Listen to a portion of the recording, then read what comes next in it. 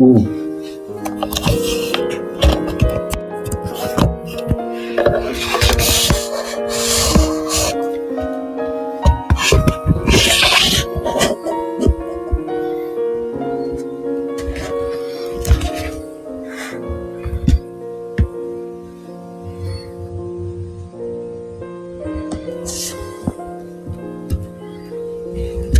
Keith, we just sent you an invite. You should see it in the left corner, my friend. Well, you're busy there. There it is. There he is. Hi there, Keith. Hi, how are you? Well, thank you. But before we get to you, thank you. Hello, everyone. Once again, it's another episode of Doing It Sober Live. My name is Chris Nell. Glad to have you with us on Fireside. My saucy co-host by the name of Daniela Park is absent today, but she is here in the background. She'll be running the board. Well, of course, I'll be running the show from here. Needless to say, our guest has arrived, so let's cut with all the pleasantries and get straight to business. Now, you've heard this theme numerous times on Doing It Sober Live. We welcome pioneers, themselves who champion new ways of thinking and doing, new ways of living truth, new ways of planting seeds and showing the world by posing the question, first it was why me, now it's try me. And here it is, where we welcome a name like Keith C. Butler. Keith boasts immaculate accolades, such as a bronze medalist for bowling, one of my favorite sports. He holds a Bachelor of Fine Arts degree with a triple major in theater and dance, as well as African American studies. So with all that, cue the question, is there anything he can't do? But, big but here, behind every success story, there once was darkness. However, despite prejudice on all sides, Keith overcame his iniquities by having chose to put his best foot forward, and thus he became a champion. Keith recently has authored his memoirs entitled Little Black Gay Boy, which enjoys rotation not only on Amazon, within itself a famous place for first-time writers, but also through Barnes and Noble, which is an accolade in its own right. The man himself is coming here to tell his story. So without further ado, put your hands together for Keith C. Butler. Make yourself be known, Squire. Wow, what an introduction. That was amazing. Thank you so much. It's only a pleasure, Keith. Now, let's take the story from the very beginning.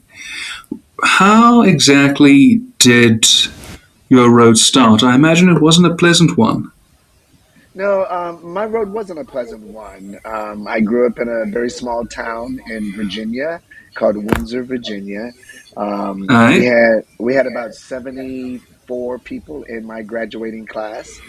And we had 500 some students in the school altogether. There's like 500 some students in some classes in some schools anywhere. And I grew up in a very poor family. We were on welfare. We didn't have indoor plumbing. So we didn't have an indoor place to use the restroom. We had an outhouse, which is very common in the rural area. But we were the only family that had an outhouse. And so it was a struggle. It was a struggle Sure. for several years to be able to be included and wanted to be a part of, but feeling embarrassed that I could never have friends over because what if they wanted to go to the bathroom? Well, they would have to go to the outhouse. There was no running water for drinking or anything like that. So it was a very hard struggle. Growing up, and my mother, she did the best that she could with what she had. So I don't fault her for what we did not have, but what we did have and what she was able to get through social services, she put it to good use. Well, you know what? You've struck a chord with me there with the power of a mother. I myself was raised by a single mother. I had a father, surely, but an absentee father. And our house was also abusive, emotionally, mentally, and physically. Was there something similar to that degree in your upbringing?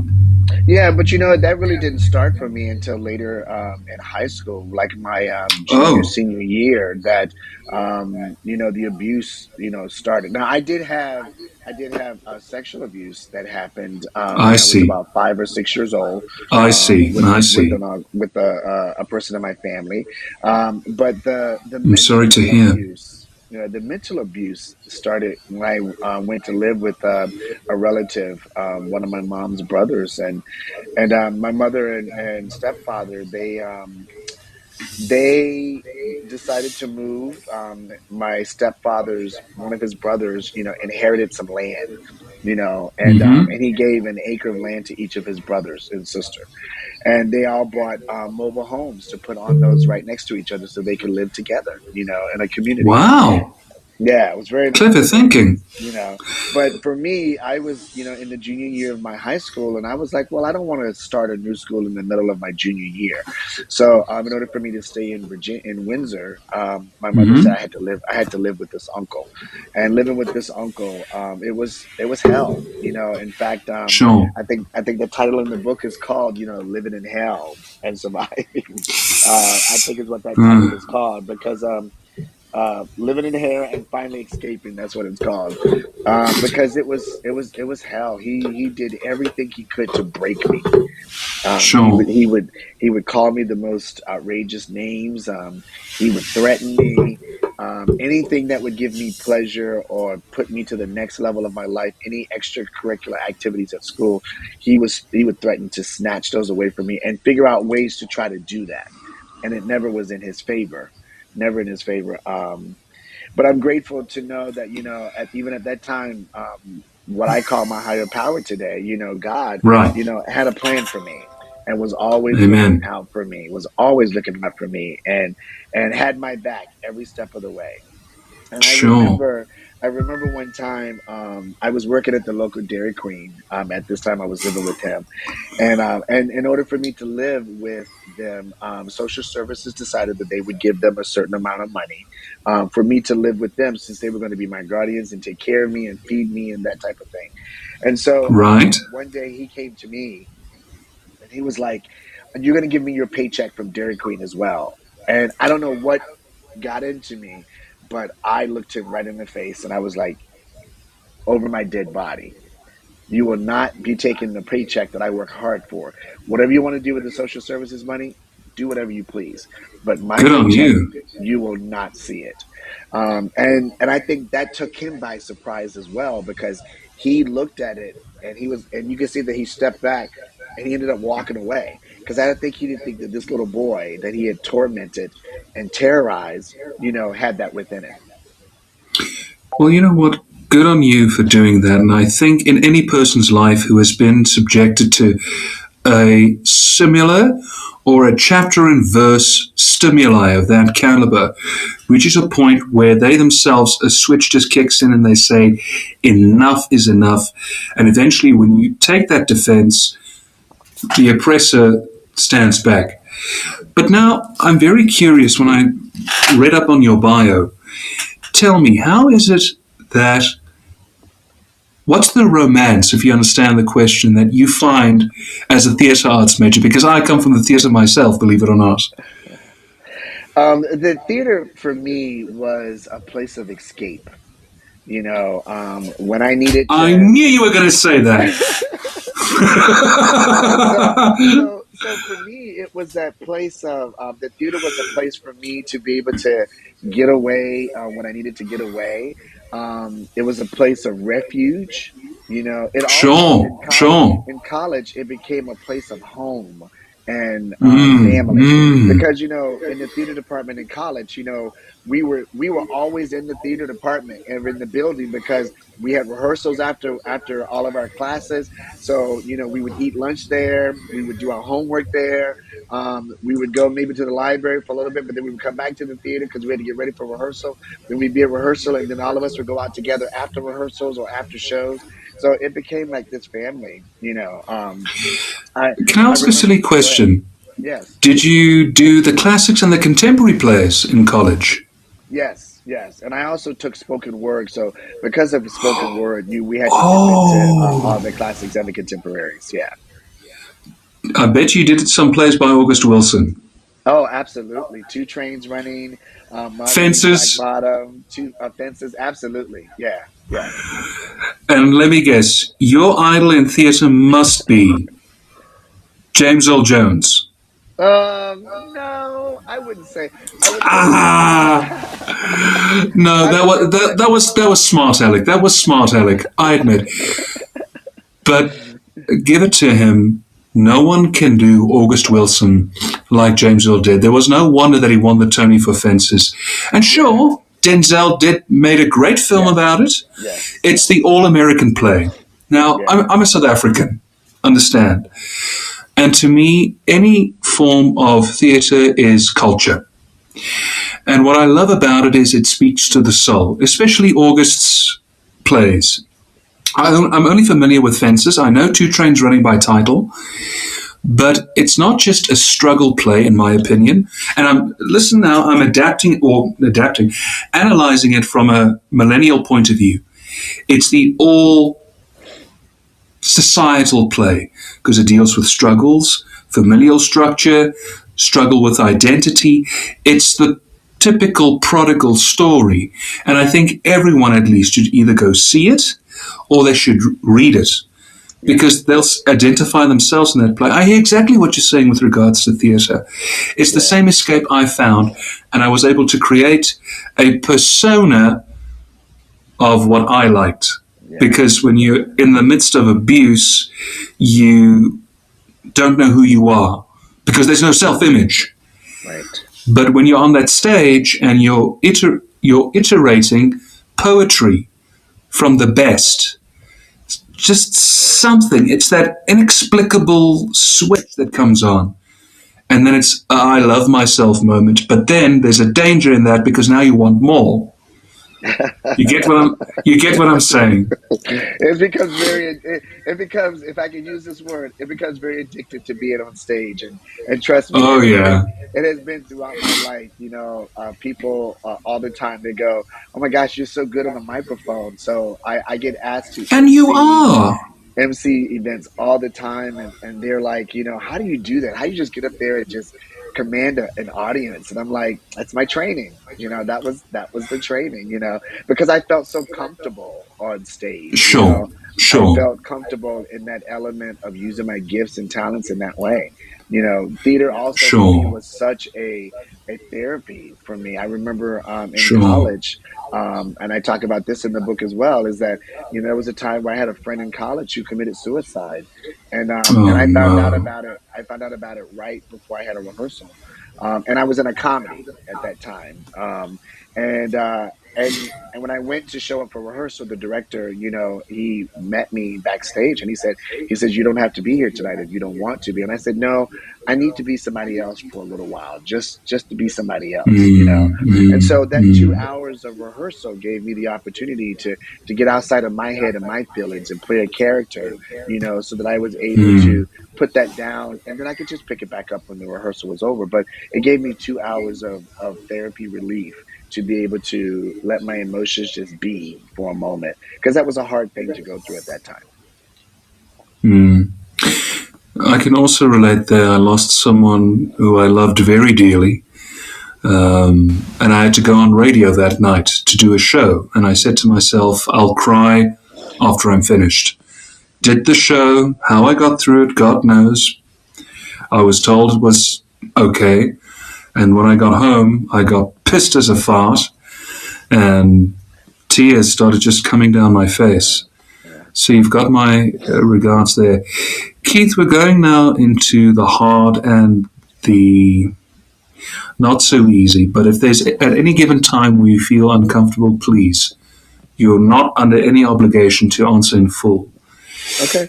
You mentioned that you grew up in a mixed family. You hopped around from place to place. You were subjected to abuse by a family member and another sort of abuse. Whereabouts did your dalliance with... You were an alcoholic and drug addict, right? I became an alcoholic and drug addict, absolutely.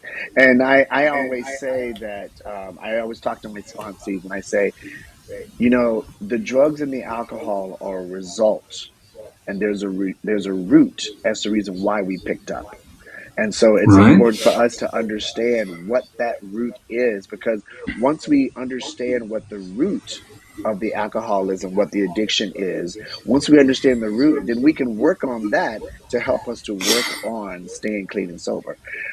And so for Mm. me, I understood that, what I was dealing with at home was a way for me to try to figure out who I was and to be a part of, to be included. And I could never figure that out. And so when I got introduced to drugs and alcohol, I found out how I could be included. I found out how I could be a part of, but it was for all the wrong Mm. reasons. And so it took me to a Sure. place of darkness, and for me, it became dark fast. I Mm. mean, like Mm. I can imagine. there's a reading in a meeting I go to that says we didn't get addicted in one day, and I always shake my head because I was like, the 15 minutes of my drug of choice, 15 minutes in, I knew that that was going to be the drug that I was going to be doing for the rest of my life, and Mm. and I'm Mm. so grateful that at some point in my life, um, I could understand that I could make a different choice. Wow. Because as the work started to unfold itself and I started to understand that the child abuse, the sex abuse, the mental abuse, all of those things that I had still been carrying needed to be, worked on and processed through so that I could learn to Mm. release them and let them not define me. Clever done. You've almost got me at a loss for words, and I'm not saying this to pump your tires. I can hear from the way that you speak you are highly educated, and I don't want to pump your tires again, but it sounds like you've done a lot of work. Just quickly, how long have you been sober? Well, this would be my second time around. So relapse is a All part of my right? story. I had 7 years Okay. before, and then I relapsed, and now I'm coming up. November will be 6 years. Well done. Yeah, and I'm You grateful know, for that. I'm grateful for well, it plays the out in your ability to face. I come can back. see it. Yeah. I can see it. I mean, with a smile like that from ear to ear is indicative that you're enjoying your freedom. And you know what I say to everyone who I encounter? You deserve it. If you've Yes. gone through Sheol to obtain it and you are working every given day to maintain it, Yes. then by all accounts you deserve it. Now, Yeah. needless to say, you know this as equal as well as I. We're not going to get the old attaboy, noddy badge recognition, Right. but you deserve it, and you're the most important part of the story. So that said, who gives a toss what other people's what other people's accolades, what other people's thought processes are? But Keith, tell me something. Um, what are some of the life lessons that you've learned? And now we're talking around about your second time around. You Okay. said finding out who you are, accepting who you are. In your road going forward, I understand as well you did a lot of research, and I'm alluding to your minor in African American Studies, which is part of that identity journey. What are some of the life lessons that you've learned, and how have you awakened that in some of your other sponsees that you've worked with? Well, and this time around, there's I don't know if I can say this or not, but I'm not promoting it. I'm just saying this is what helped me. Oh, of course. Go There ahead. was a show called Iyanla Fix My Life with Iyanla Van Zant, and Okay. she's I consider her one of my spiritual mentors, and All and right. and I remember when I would watch her show, I would sit down with notebook and pen, and I would take notes. And I felt like when she was working with somebody else on whatever issue what it was that they were working on, that she was also speaking to me. And I remember her one time saying, "The hardest battle in life that we face is the battle between the part of us that wants to be healed and the part of us that is comfortable and content remaining broken." The Wow. hardest battle in Powerful. life that we face is the part of us that wants to be healed and the part of us that is comfortable and content remaining broken. And I remember Right. this time around that I was no longer comfortable and content remaining broken. I needed something to be different. And what I needed to do this time around was when I relapsed because I got to a point in my life where I said I didn't need a program.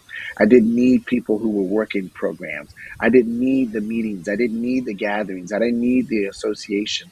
I could do it on my own. And that was not how I could do it, because what I Mm-hmm. basically did was when I gave myself permission to do it on my own, I also gave myself permission to make my own choices.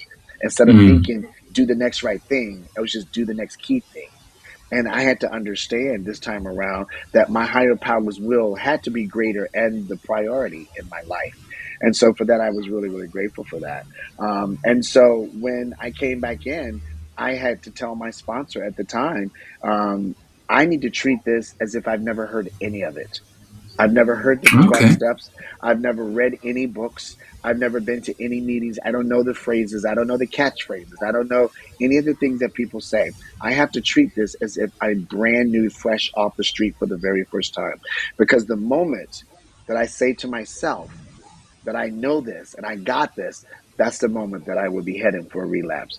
Because I remember after that seventh year, the first time around, that's exactly what that voice started to say was, "Oh, you got this. You got this. You don't need that. You got this."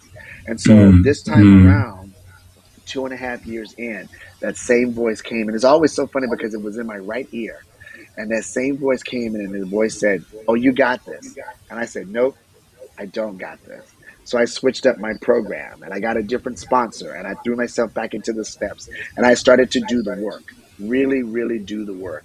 And because of that, my life has opened up. The things that have happened to me are beyond my wildest dreams. And all I keep thinking is, all I did was say yes to life one day. I said yes. And my higher power says, that's all I need. I'll take care of the rest. My golly.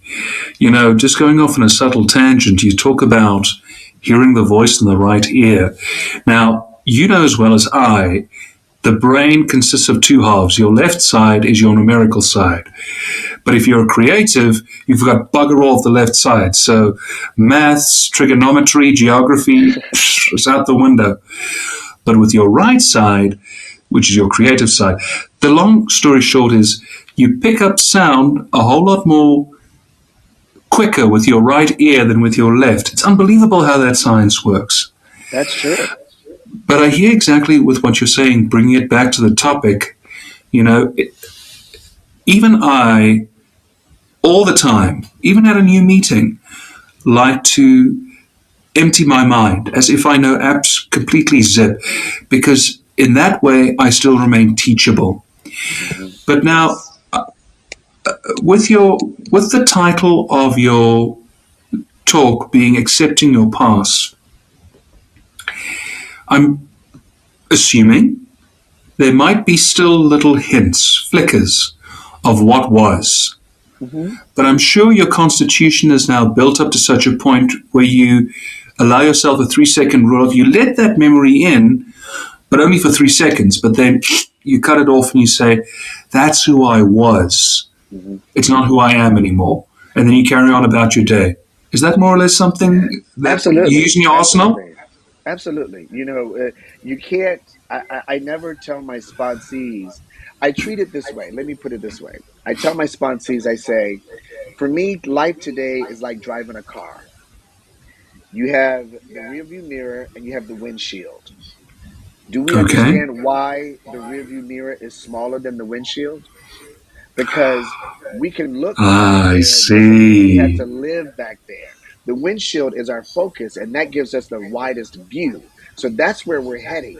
So it's important for us to look and continue to go forward. But every now and then we have to look back there, but doesn't mean we have to live back there. I'm stealing that. I am It's stealing that. yours. I heard it at a meeting somewhere too. So, but there is nothing, and I'm really going to say this. There is nothing that I say 90% of the time, I'm going to say 90% of the time, that is of my own. It's something I picked up from somewhere else that I just applied to my life. Because what you said earlier was a statement that is so, so true to me. And that is, I remain open to learn. I stay Mm. open to learn. So every time I go to a meeting and I hear somebody speaking, even if I've heard this person speak 4 or 5 times before, I'm still going to listen with an open heart and an open mind because they may say something this time that I didn't hear before. And because of that, it's going to Mm. give me a new Mm. tool to put in my box. Well, I share those sentiments. You know, from time to time, I put up videos in black and white grayscale on my social media, and I also spoke about my attempted suicide. But this now coincides with what you and I were talking about of the rearview mirror versus the windscreen. I think there comes a point in any person's life, and it could be in midterm or in long term. Each individual is different, where you think to yourself, fine, I've gone through all this trial and tribulation, but now I look at the previous trials differently. It's not more of a fact of I failed. I don't believe in failure whatsoever. It's my choice to not think that way. Because if you take the word fail and break it all down into a full sentence, it's actually an acronym. First action in learning. If you want to put a euphemistic term on it, I'm writing that down. I'm surprised you don't know it because it stems from American literature. First action in learning. If you want to put a more euphemistic term on it, think about it this way. Any landing you can walk away from is a good landing. Sure, the rotor might be a little bent or the engine might have fallen off mid-flight and you had to make an emergency landing in a marsh, but you walked away from it. So that indicates in both instances what you have went through is a lesson. It's not a prison sentence. Now, granted, there are people who might not think the same because they're still trapped in that matchbox, can we say, of, my goodness, this has happened to me. Why am I here? That's fine in itself because that's already a start for growth. But what I'm trying to say, I think, is you can't rush a person to get into that point of being fine. It's your own journey at the end of the day. Let's get it back to you. Same example. You went through a lot of trials and tribulations. You came to that point where you said, you know what, I have to heal a part of me that's broken. You've come to accept yourself for who you are. You are homosexual, which is fine. But that being said, it's part of the healing process. We all have part of our stories where we discover more of ourselves, I believe, and it makes the journey all the more enlightening, I think is what I'm trying to say. Now, let's talk about your writing work, because here's another similarity I find. If you are a performer, you can be a writer. That's my opinion. Because again, it's your right brain, and just from the ability out of nowhere, you may not have had training for it, but you just have this uncanny ability to put words to paper. Yeah. But one thing that I will not deny, when it comes to writing down your memoirs, it must have been not a painstaking, but a painful process. Yeah. Tell us about how did you go about to come making the decision to write the book Little Black Gay Boy? Did you use a ghostwriter? Was it entirely your own work? And what was your mission? And what was the outcome ultimately at the end of the day when you had it released? I have had this book. I would say I've had this book inside of me for many years, and I just never felt that anybody would want to read it. Or who am I? Nobody knows who Keith Butler is, so why would they want to read his story? Like, and so I've had this story building up inside of me for many years, and then 2018. I went to a friend who I met in California.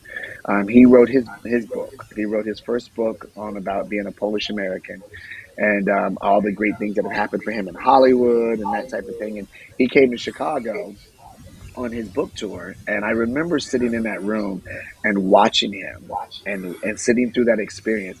And the whole time I'm sitting there, I can feel my higher power doing this, and Oh, I can hear he's going. He did it. Look, you can do this. You got proof right here in front of you that you can do this. And I was like, okay. So I walked out of that room that day in 2018 and said, I'm going to write my book. It's the motivation that I needed to write my book. So wow. 2019, I stepped out of every leadership role that I had in the different in the recovery community. I had a few leadership roles where I was um, the leader of fundraisers, the leader of support groups, and things like that. I was involved in the church, and all of that stuff was a way for me to say, I could make an excuse to say, well, I'm involved in all these things, so I really don't have time. So I had to step out of those roles in order to sit down. I had to step out of those Forgive me, I roles and laugh, sit. but I can I know, understand. right? Yeah, because if I'm making a commitment to do this, then I have to make the room and the space and the time to do it. Sure. And then when I sat down to write the book in 2019, I started in 2019. When I sat down to write the book, I said, okay, if I'm going to do this, then it's important that I tell the whole truth, that I don't hold anything back, and that I tell my story. I'm not telling anyone else's story. I'm telling my story, my experiences, and the things that happened to me. That's what I'm going to do here. And that's what I set out to do. And you're right. Writing this book had a lot of therapeutic moments, had a lot of ways of me being able to let go of some things that I was still carrying. And I remember, I'll never forget it, when I wrote the chapter Fatherless Boy. And it's about the almost meeting my father for the very first time when I was about 16. And I almost met him, almost met him. And and I remember after I wrote that chapter, and I'll never forget it. It was probably like about 3 o'clock in the morning, and I hit the period and I pressed enter to go to the next chapter. After I hit enter, I broke down crying because I really felt like that moment was the moment that I was able to release everything that I had been carrying around that experience. It was very powerful for me, and it Mm. was what was so. And the reason why I remember it, because I remember period, enter, whoosh, it all came down. So this book allowed me to tell my story and to tell my truth in the hopes that it will definitely help somebody else. Because when I was Uh, a little black gay boy in Windsor in a rural area, I didn't have a book. I didn't have anything to help me to mm, understand who mm. I am. I'm coming up on 50 years old, so I'm hoping that No there'll be more. way. Yes, yes. No, you're pulling me one over. You don't even look near 50. July 10th, July 10th. Oh, you're also July. I'm July too. See, cancers, cancers. But I get what you're saying. There must have been moments of complete therapy. You basically did your fourth, fifth, and sixth column all in one go, and a resentment letter. Yes. But you know what? I'm grateful that I did the work. In doing that work, it has really given me the strength to continue to stay doing the work in my recovery. Because Sure, of the sure. work I've done in my recovery, allowed me to be able to mentally focus and spiritually open to be able to put these words down and to tell these Mm. stories. And my mother, we didn't have the best relationship, but since this book has come out, my mother and I, our relationship continues to grow because of I'm glad to hear. my willingness to tell the truth, even though she may not agree with it, but she has a high respect for it, and that's all I've Sure. ever asked for.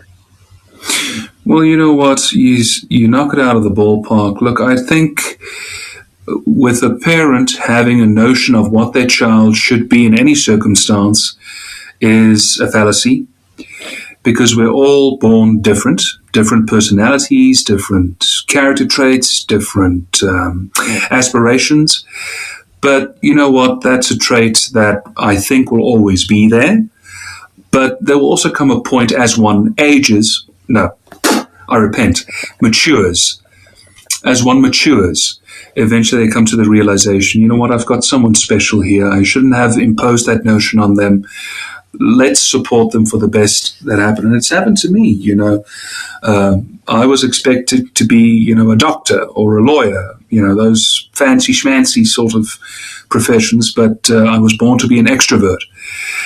Well, in title, but a communicator in so many words. And when my parents saw, my mother specifically saw that, she nurtured that. My father, not so much. Keith, let's talk about bowling, because that's something that is, it's just something that I enjoy to do. I remember doing it for the first time as at 12 years old, and on my very first attempt, I hit a strike.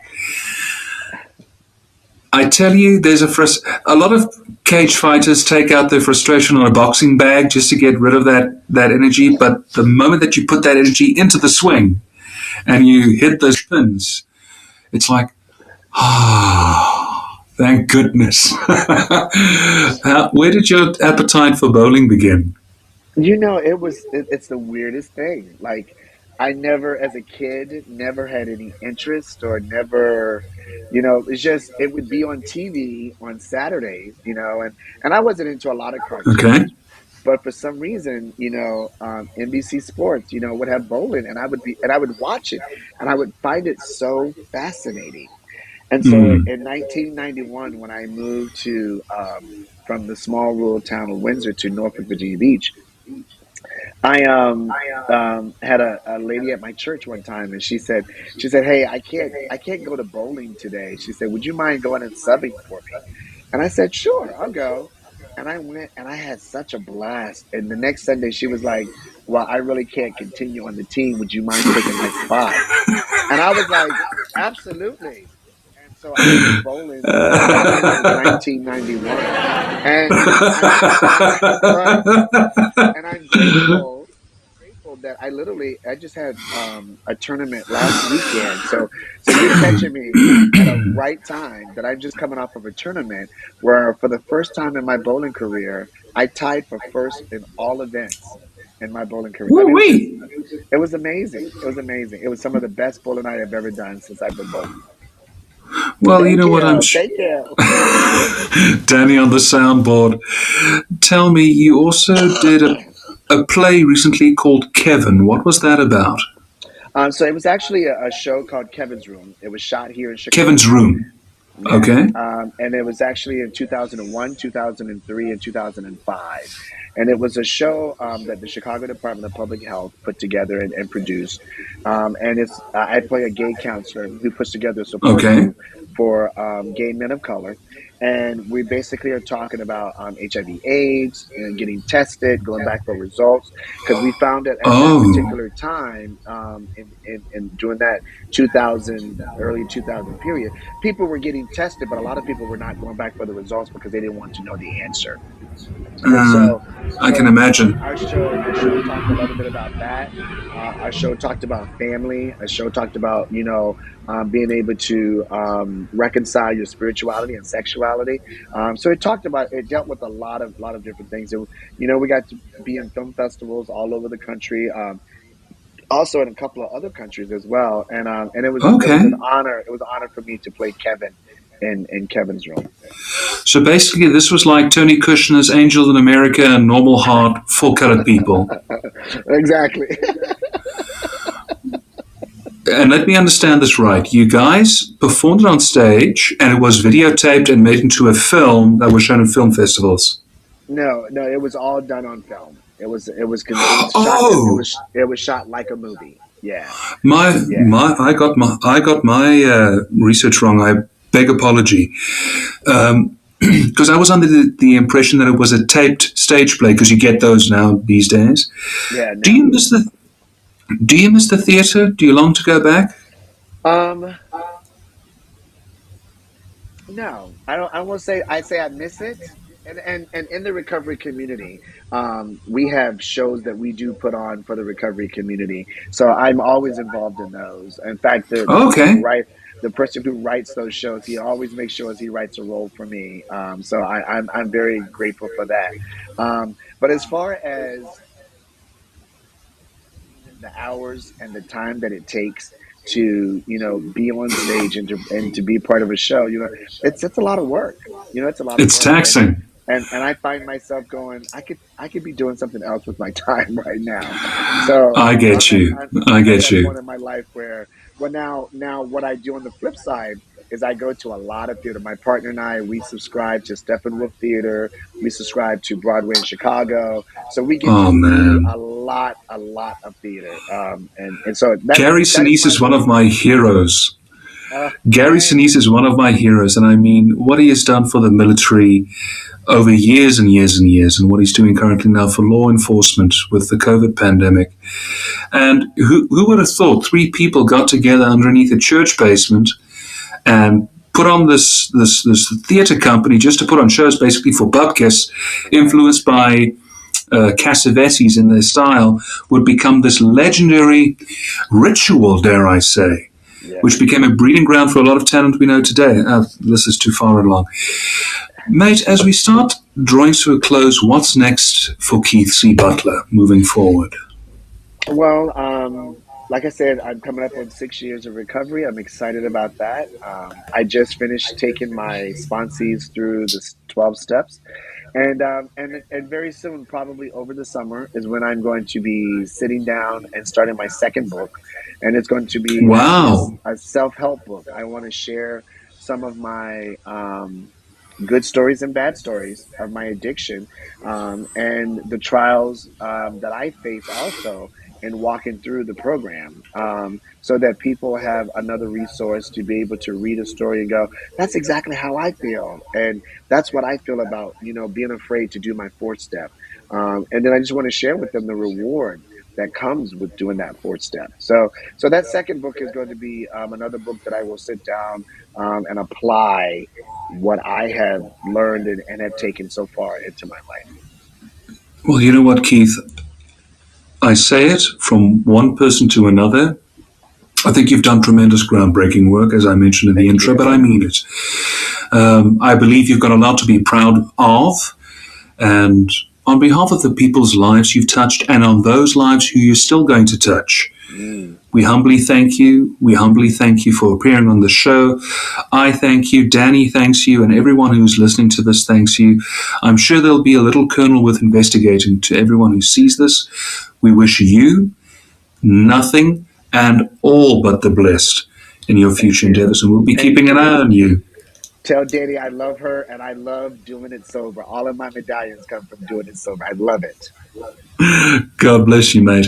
And so, ladies and gentlemen, that was the latest edition of Doing It Sober Live. Thank you so much for joining us. Again, a tremendous thanks to our guest, Keith C. Butler. If you have any questions on enduring episodes, please don't be afraid to present them. We'll ask them. We can even throw out a Q&A to our guest. And until we see you next Tuesday, be well. God bless each and every one of you. Bye-bye.